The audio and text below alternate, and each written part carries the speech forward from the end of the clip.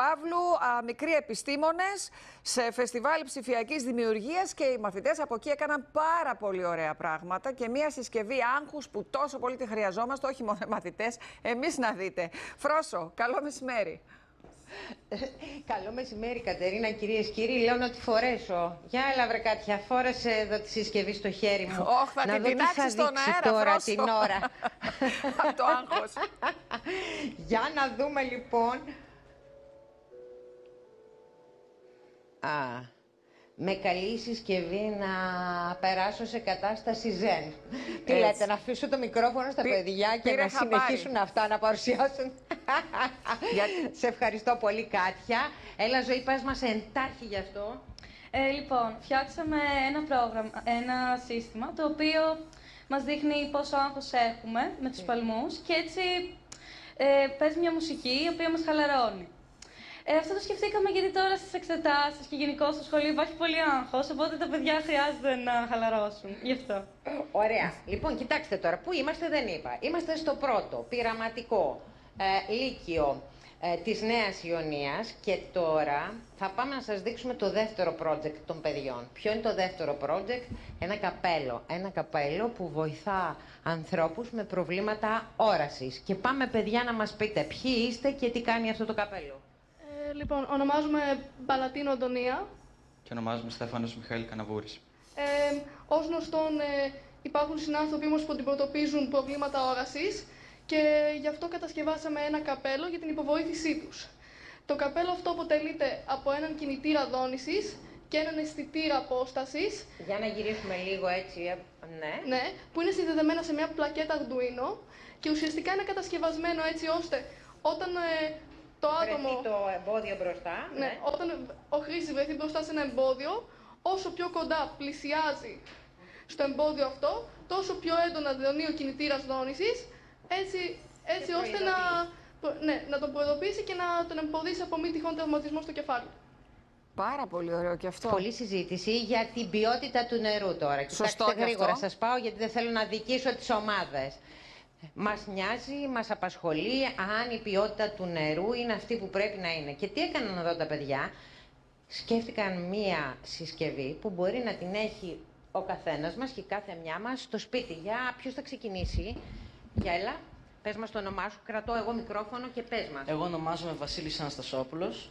Έλα, Βασίλη, τώρα εδώ πέρα αυτή η συσκευή, πες μας τι παραμέτρους αναλύει στο πόσιμο νερό. Η συγκεκριμένη συσκευή έχει αισθητήρες οι οποίοι αναλύουν οξύτητα, μικροσωματίδια, θωλότητα, αγωγημότητα και θερμοκρασία που είναι από κάτω και βάσει αυτών των δεδομένων μπορούμε από κάθε αισθητήρα να καταλάβουμε αν το δείγμα νερού που έχουμε είναι καλό, μέτριο ή μολυσμένο. Τι παιδιά είναι αυτά? Και αυτό είναι μια φθηνή συσκευή, μπορεί γρήγορα να βγει στην αγορά. Ναι, και αυτή είναι η καινοτομία της, ότι είναι φθηνή, μπορεί να γίνει ακόμα πιο μικρή και προορίζεται για τον απλό χρήστη. Μπράβο, παιδιά. Μπράβο, ούτε Φρόσο. στον ύπνο μας στα σχολικά μας χρόνια τέτοια ούτε πράγματα. Καν τώρα. Κατερίνα. Και ένα τελευταίο. Λοιπόν, θα τους αδικήσω. 2 είναι τα τελευταία. Δώστε μας το χρόνο. Ωραία. Γρήγορα, το θερμοκήπιο σπιτιού. Είμαι ο Σκορδούλης Σταύρος και εγώ μαζί με τον συμμαθητή μου, τον Βαγγέλη Κρητικό, κάναμε αυτό εδώ το μικρό θερμοκήπιο που είναι πλήρως αυτόματο και μπορούμε να το ελέγξουμε με το κινητό.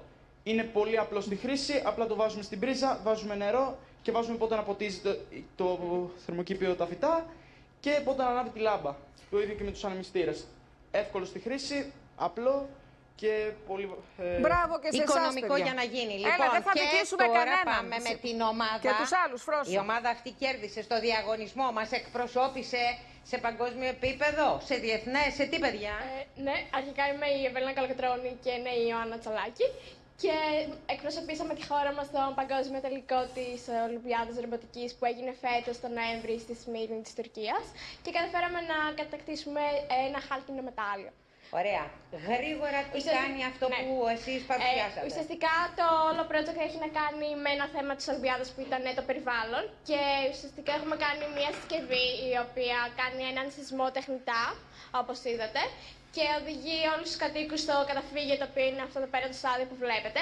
Αλλά ταυτόχρονα έχουμε κάνει και μία προσαρμίωση που είναι της φωτιάς. Και ουσιαστικά, άμα ανάψω εγώ εδώ πέρα φωτιά, θα αλλάξει το χρώμα από το δέντρο και θα είναι κόκκινο. Αλλά ταυτόχρονα έχουμε εξελίξει και άλλες διάφορες εφαρμογές, όπως είναι με AI και το machine learning, που άμα τραβήξουμε μια φωτογραφία και καλά, σαν να είμαστε κάποιο drone, θα μου στείλει με ένα alarm ότι είμαι σε κίνδυνο άμα μένω στη συγκεκριμένη περιοχή και πρέπει να διαφύγω στο καταφύγιο από μια συγκεκριμένη οδό που πέρασε το rover και την καθάρισε. Μπράβο, βρε παιδιά! Και επίσης έχουμε φτιάξει μία βάση δεδομένων για όλους όσους ζουν σε αυτή την περιοχή με τα κινητά τους τηλέφωνα, αλλά και για να μπορούν να βγουν από αυτή τη βάση δεδομένων άμα είναι σε περίπτωση κινδύνου, άμα είναι αγνοούμενοι. Λοιπόν, το κοστολόγησαν τα παιδιά. 200.000 ευρώ είναι για την πόλη του Βόλου. Γιατί η ιδέα γεννήθηκε μετά τις καταστροφές. Το συγκλονιστικό είναι τα θέματα με τα οποία καταπιάνουν. Και ένα μεγάλο μπράβο και στους εκπαιδευτικούς. Έλα, άντε και μια κουβέντα από τους εκπαιδευτικούς που καμαρώνουν. Έλα, έτσι, από το διευθυντή, έτσι από για το καλό τώρα, σας γιατί είναι εδώ και μας περιμένουν. Ελάτε κύριε Τσολάκη. Να ευχαριστήσουμε τους δύο εκπαιδευτικούς πληροφορικής, την κυρία Κουμπούρη Θεοδώρα και τον κύριο Φουτζαλά Ευθύμη για αυτές τις πολύ ωραίες κατασκευές.